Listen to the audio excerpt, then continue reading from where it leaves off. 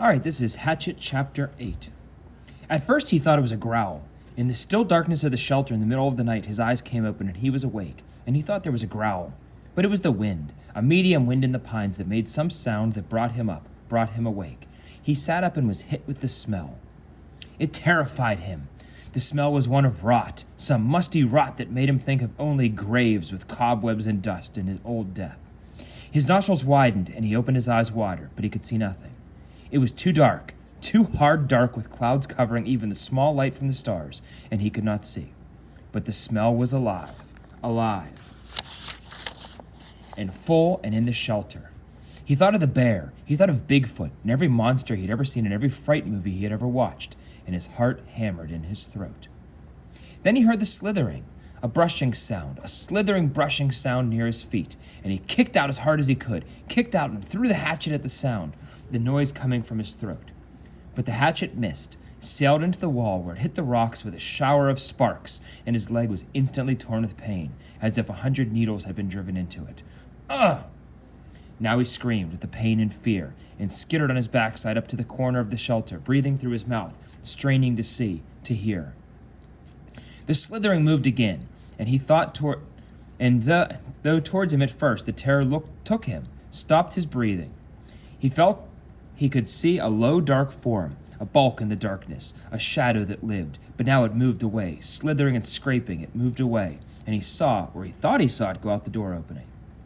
He lay on his side for a moment, then pulled a rasping breath in and held it, listening for the attacker to return.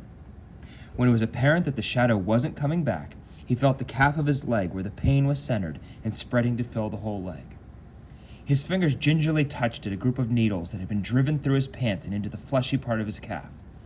They were stiff and very sharp, and on the ends that stuck out, he knew what the attacker had been. A porcupine had stumbled into his shelter, and when he had kicked it, the thing had slapped him with its tail of quills. He touched each quill carefully. The pain made it seem as if dozens of them had been slammed into his leg, but there were only 8, pinning the cloth against his skin. He leaned back against the wall for a minute. He couldn't leave them in. They had to come out, but just touching them made the pain more intense. So fast, he thought. So fast things change. When he'd gone to sleep, he had satisfaction, and in just a moment it was all different. He grasped one of the quills, held his breath, and jerked. It sent pain signals to his brain in tight waves, but he grabbed another, pulled it, and another. When he had pulled 4 of them, he had to stop for a moment. The pain had gone from being a pointed injury pain to spreading a hot smear up his leg, and it made him catch his breath. Some of the quills were driven in deeper than others, and they tore when they came out.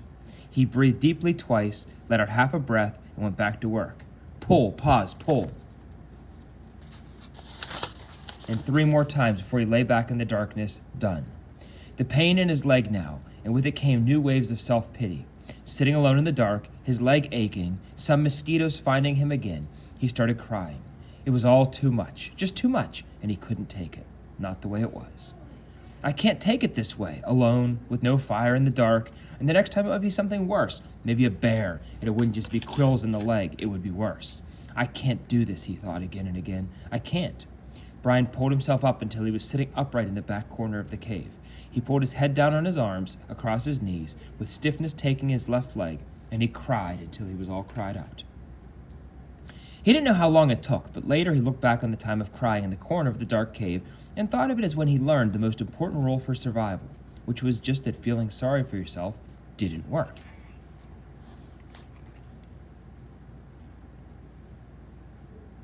It wasn't just that it was wrong to do or that it considered incorrect. It was more than that. It didn't work. When he sat alone in the darkness and cried and was done, and was all done with it, nothing had changed. His leg still hurt, it was still dark, he was still alone, and the self-pity had accomplished nothing. At last he slept again, but already his patterns were changing, and the sleep was light, a resting doze more than a deep sleep, with small sounds awaking him twice the rest of the night. In the last doze period before daylight, before he awakened finally with the morning light and the clouds of new mosquitoes, he dreamed. This time, it was not of his mother, not of the secret, but his father at first, and then his friend Terry. In the initial segment of the dream, the father was standing at the side of the living room looking at him, and it was clear from his expression that he was trying to tell Brian something. His lips moved, but there was no sound, not a whisper. He waved his hands at Brian, made gestures in front of his face as if he were scratching something, and he worked to make a word with his mouth, but at first Brian could not see it. The lips made an M shape, but no sound. Brian could not hear it, could not understand, and he wanted to so badly. It was so important to understand his father, to know what he was saying. He was trying to help, trying so hard, and when Brian couldn't understand, he looked cross, the way he did when Brian asked questions more than once, and he faded. Brian's father faded into a fog place, and Brian could not see the dream was almost over, or seemed to be, when Terry came. He was not gesturing at Brian, but was sitting at the park at a bench, looking at a barbecue pit, and for a time nothing happened. Then he got up and poured some charcoal from a bag onto the cooker, and started some starter fluid, and he took a flicking type of lighter and lit the fluid. When it was burning and the charcoal was at last getting hot, he turned, noticing Brian for the first time in the dream. He turned and smiled and pointed to the fire as if to say, "See, a fire?" But it meant nothing to Brian, except that he wished he had a fire.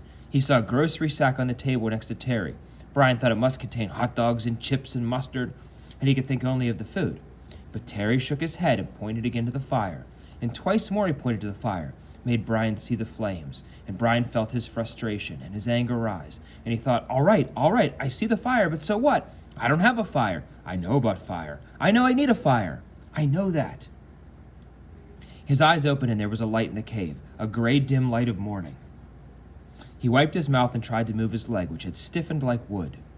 There was thirst and hunger, and he ate some of the raspberries from the jacket. They spoiled a bit, but seemed softer and mushier, but they still had a rich sweetness. He crushed the berries against the roof of his mouth with his tongue and drank the sweet juice as it ran down his throat. A flash of metal caught his eye, and he saw the hatchet in the sand where he had thrown it at the porcupine in the dark. He scooched up, wincing a bit when he bent his stiff leg, and crawled to where the hatchet lay. He picked it up and examined it and saw a chip in the top of the head. The nick wasn't large, but the hatchet was important to him. It was his only tool, and he should not have thrown it. He should have kept it in his hand and make some other kind of tool to help push an animal away. Make a staff, he thought, or a lance, and save the hatchet. Something came then, a thought as he held the hatchet, something about the dream and his father and Terry, but he couldn't pin it down. He scrambled out and stood in the morning sun and stretched his back muscles and his sore leg. The hatchet was still in his hand, and as he stretched and raised it over his head, it caught the first rays of the morning sun. The faint light hit the silver of the hatchet and flashed a brilliant gold in the light, like fire. That is it, he thought.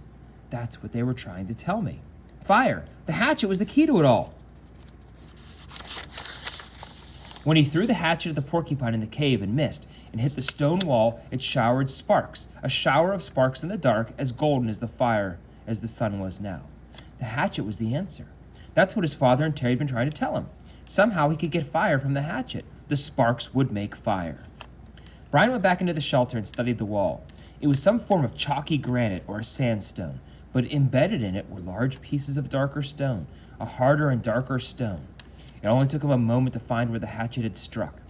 The steel had nicked the edge of one of the darker stone pieces. Brian turned the head backwards so he would strike with the flat rear of the hatchet and hit the black rock gently. Too gently, and nothing happened. He struck harder, a glancing blow, and 2 or 3 weak sparks slipped off into the rock and died immediately. He swung harder, held the hatchet so it would hit longer, a sliding blow, and the black rock exploded in fire. Sparks flew so heavily that several of them skittered and jumped in the sand beneath the rock, and he smiled and struck again and again. There could be fire here, he thought. I will have a fire here, he thought, and struck again. I will have fire from the hatchet.